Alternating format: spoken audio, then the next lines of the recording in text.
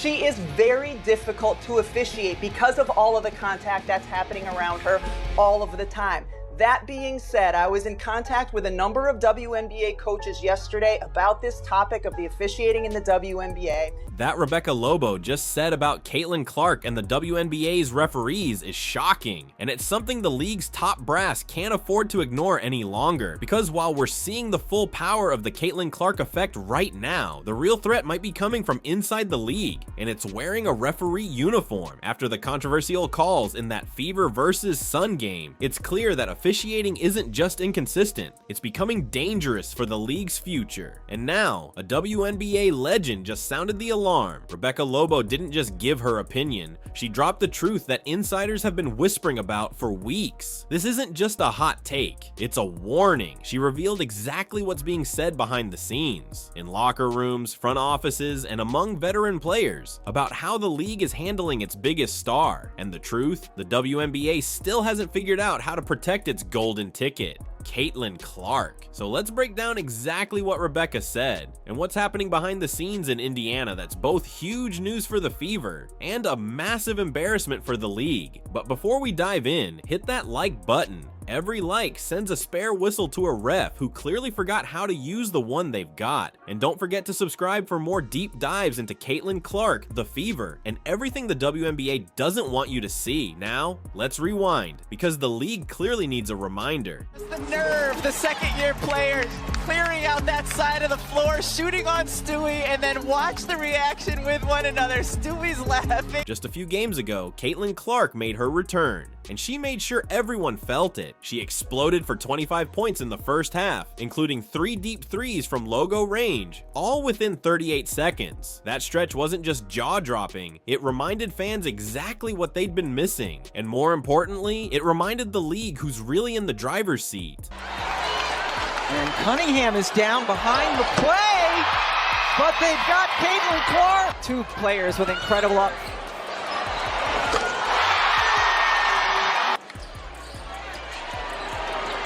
Clark, another long three. She's back. That game wasn't just a highlight, it was a statement. The moment that made one thing impossible to deny, the WNBA doesn't just benefit from Caitlin Clark, it depends on her. And those 5 games she missed, they didn't just hurt, they exposed the league. Viewership sank, social media went silent, national buzz disappeared. Suddenly, every storyline without Caitlin felt like background noise, like the volume got turned all the way down. But here we go with Caitlin Clark, singularly, being missing for the time she was gone, and ratings tanking, 50% in some cases. And then also she comes back and reminds everyone how spectacular she is, and everybody's talking about the WNBA. So if you needed to sort of have it affirmed to you that it is just her, that the singularity of her is what we are talking about and her star power, you got it with this absence and then the way she came back. After weeks of plummeting ratings and growing pressure, Caitlin Clark's return didn't just boost the Indiana Fever, it gave the entire WNBA a shot of adrenaline. Her matchup against the New York Liberty drew a staggering 2.8 million viewers, making it one of the most watched WNBA games ever. For comparison, the NHL's Stanley Cup Finals averaged just 2.5 million. Now sure, basketball and hockey aren't a perfect apples to apples comparison, but let's be real, Caitlin Clark just outdrew a century-old men's league in its championship round. That's not normal, that's historic. And while WNBA leadership seems completely oblivious to how massive this is, don't worry, we'll get to that. Rebecca Lobo isn't missing the moment. She's an Olympic gold medalist, a Hall of Famer, and probably the most level-headed voice ESPN has when it comes to women's basketball. Before we break down what she said about the refs, just listen to how she explained the true magnitude of Caitlin Clark's return. Tell me, what does Clark's return mean for the WNBA? Well, I mean, it means a lot more people are paying attention once again. We know how much Caitlin drives ratings. We know how much Caitlin drives attention on the WNBA. And for her to come back and do it in that way was just ridiculous. Notice what Rebecca Lobo said. people are watching again. Listen closely to what Rebecca Lobo said. People are watching again. It might sound simple, but it says everything. Because if people are watching again, that means they stopped. And we all know exactly when that drop-off happened. The moment Caitlin Clark was sidelined. And Lobo didn't just leave it at that. Look, she broke down exactly why fans came rushing back the second Clark stepped back on the floor. I'm sitting there at the end of the first quarter when she had that 38-second stretch where she drained deep three after deep three after deep three. I was just sitting there thinking, I've been around this league since 1997. I have never seen that in a WNBA game. Have we seen players go on runs? Of course we have, but not like that. Not where a couple of the three-pointers are from 30-plus feet. It was an exhibition by her. And that's the thing. These weren't just long twos or deep threes. These were logo bombs, launched from another area code. Almost no one in the league can pull that off. And definitely not with the kind of ease Caitlin Clark makes it look like a warm-up drill. That's why fans can't look away. Even Natasha Cloud, who's been one of Clark's biggest critics, had to keep it real. She admitted the obvious. You've got to guard her the moment she crosses half court. That kind of range, that kind of gravity, it's not normal. Just ask Rebecca Lobo. She's seen it all. It was just ridiculous. It's not often that you're watching the WNBA or that I'm watching it and I'm like, wow, I've just never seen this before. And that's what makes everything we've seen, not just since Caitlin Clark's return, but going all the way back to last season, so alarming, because at this point it's no longer just about a few missed calls or aggressive defense. This is a pattern, one that's become so clear, so undeniable, that even respected WNBA veterans like Rebecca Lobo are breaking their silence. And that game against the Sun, it should have been a wake-up call loud enough to shake the entire league. This angle is wild, folks. There's the eye gouge. Watch Mabry. Boom! I mean, come on. JC Sheldon and Marina Mabrey basically took turns going after Caitlin Clark mid-game. First a swipe to the face, then a full-on body check that sent her crashing to the floor. And somehow, neither of them got tossed. Now look, nobody's pretending Caitlin wasn't jawing a little with JC earlier. She was. But trash talk isn't a green light to straight up assault someone. You can't just slam the face of the league to the hardwood like it's the WWE and expect no consequences. Even the commentators were caught off guard. You could hear it in their voices. They fully expected an ejection, and they weren't the only ones. Coaches, analysts, fans, even players around the league were stunned by what they witnessed. Hey, we would have been crashing out, RT. Courtney, if somebody ever tackles you like that, Nobody would ever tackle me like that. They would play with Bridget like that, and then we would have to like take it up there. okay. You see what I'm saying? But I'm just saying, Nobody would ever play with me like if that. that ever happens, you better crash out behind me, because I'm crashing out behind you. T, We can share the same jail cell. Of course, the claw to the face and the shove on Caitlin Clark was the viral clip, the moment that had everyone talking. But let's be clear, that wasn't just some random burst of chaos. The tension had been building all game long, and the refs, they just kept letting it slide. This is JC Sheldon right here with an entire handful of Caitlin Clark's shoulder and bicep, and she's twisting it, okay? I mean, this is wild. Here's the zoomed out look, the snapshot. I mean, this league does not have control of its player. The chippy play didn't just simmer, it boiled over fast. And after the game, Stephanie White was fuming. You could tell before she even opened her mouth. She sat down, took a breath, then completely unleashed. You know, the game has changed so much. Players are faster, they're better, they're bigger, they're stronger. You know, they're as good as they've ever been, they're as athletic as they've ever been. The game is fast now. Things are happening quickly. Everybody's getting better, except the officials. Yeah, that's just about the harshest way you can call out the refs without dropping names. We're improving, and you're not. That line hit hard, and it echoed exactly what so many players, coaches, and fans have been feeling all season. Because let's be real, this didn't start with the Sun game. It's been boiling for weeks. Blown calls, zero consistency, and the way stars like Caitlin Clark are being officiated, it's not just unfair, it's dangerous, and it's definitely not protective. What was that play? Oh my god, this is rigged. This is rigged. She got yanked, fell on her hip. That's a hack. That's a hack. That's a hack. Oh my God, they hacked the Wnba and they hacked Caitlin Clark. They are both hacks. They are both hacks. They hacked Fever twice, and then there was a phantom foul called on Sabrina Ionescu.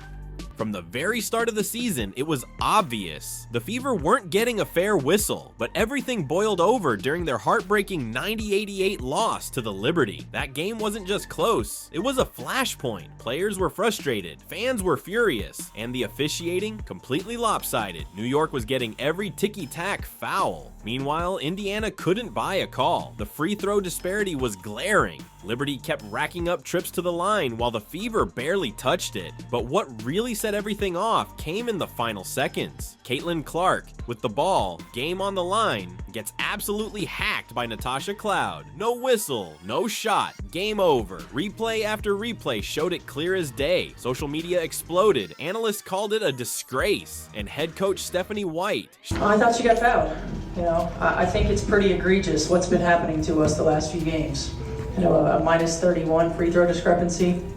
And I might be able to understand it if we were just chucking threes, but we're not. We're attacking the rim. And the disrespect right now for our team has been pretty unbelievable.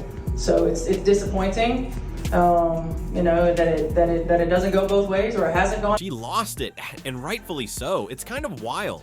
She got fined for this, but not for torching the refs after that Sun game. Almost felt like the league was quietly admitting they messed up. Like even they knew it was indefensible. And honestly, they should own it. Because before we even dive into what Rebecca Lobo said, which is not only revealing but seriously dangerous for the league's image, we've got to talk about the frustration boiling across the entire WNBA. The second time where I'm attacking, you know, it's very physical. I'm saying something to the ref, watch my landing space, watch physicality. I get laughed at, and it ends in my ankle getting turned. The same thing happened in Dallas, a flagrant that wasn't called. Same thing happened here. So my ankle is hanging in there, but it's starting to get very frustrating. I'm averaging less than 2 free throws a game, and I drive, like I'm physical. I'm not someone who's avoiding contact. So I just hope that the safety of players starts to become a priority versus the ego of refs. Referees are literally laughing in players' faces when they bring up safety concerns. Not just ignoring them, laughing. While players are out there saying, if this keeps happening, I'm going to get hurt. And that brings us right back to Rebecca Lobo and how all of this circles around Caitlin Clark. Because here's the cold truth. If Caitlin goes down, the whole thing collapses. The fans know it, the players know it, the networks know it, and deep down, the league knows it too, like whether they want to admit it or not. To her credit, Rebecca didn't dance around the issue. She said what needed to be said when as professionally as possible. But if you actually listen to her words, it's more alarming than you think. She is very difficult to officiate because of all of the contact that's happening around her all of the time.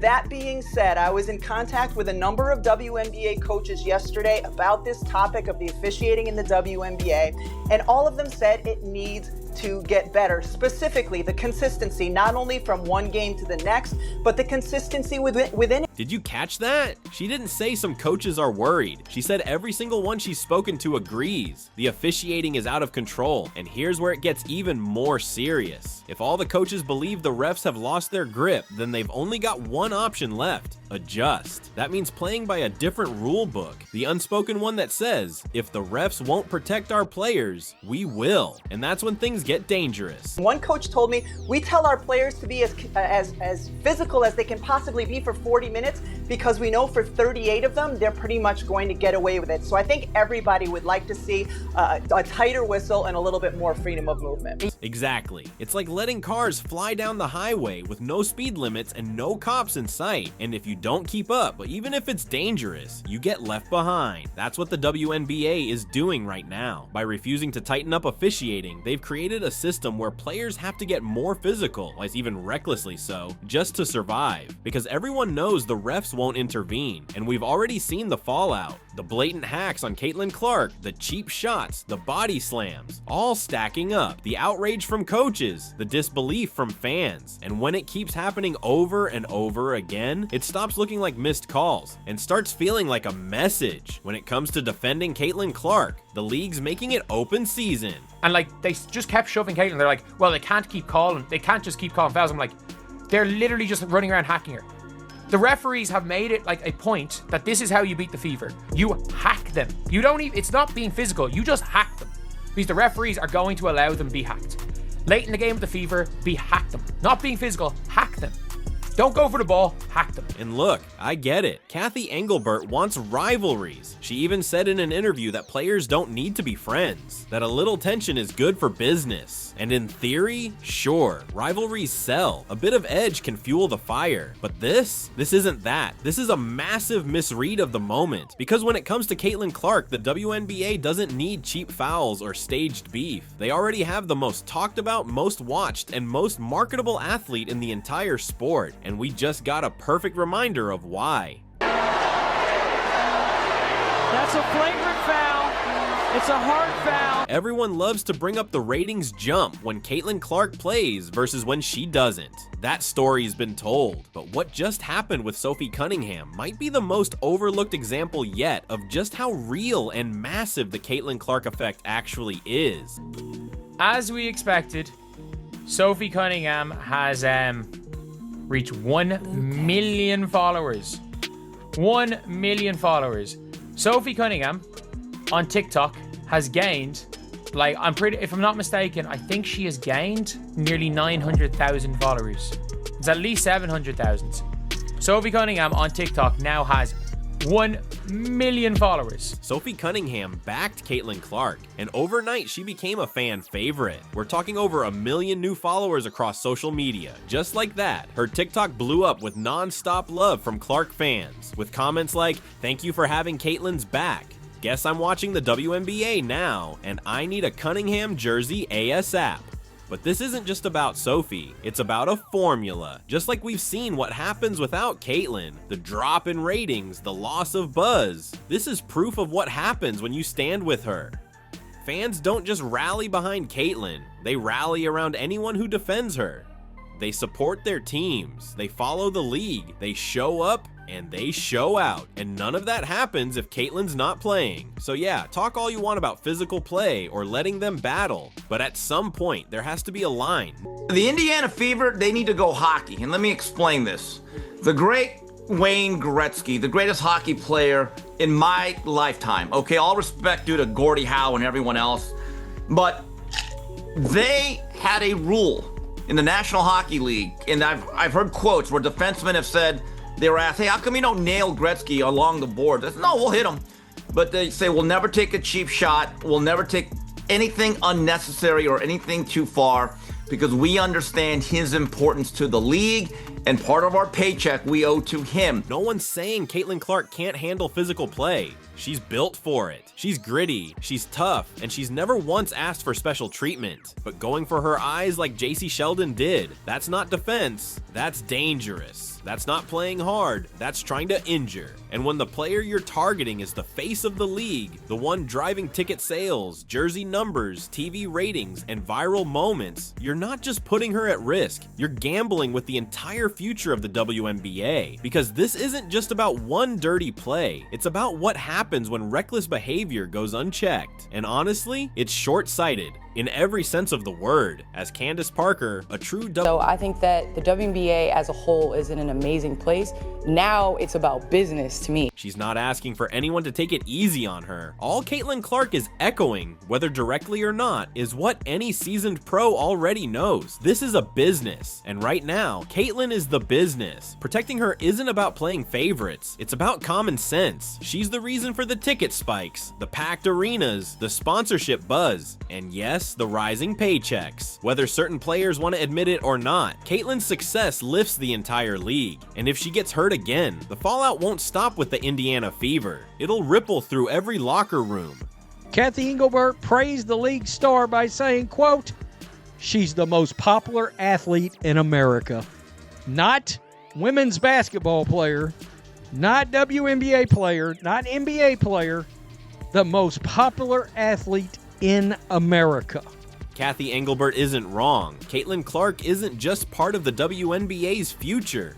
She is the future, and if the league can't figure out how to shield its biggest star from cheap shots, inconsistent whistles, and petty rivalries, then maybe they don't deserve what she brings to the table. Because when you back Caitlin Clark, everyone wins. TV ratings surge, merch flies off the shelves, new fans show up in droves, and suddenly, sponsors, teams, and the media all eat. Rebecca Lobo said what needed to be said, loud and clear. Now the only question is anyone actually paying attention? Because next time Clark gets knocked to the floor, it might not just cost the Fever a game, it could cost the entire league far more. If you're still with us, drop a basketball in the comments. And as always, thanks for watching. See you in the next one.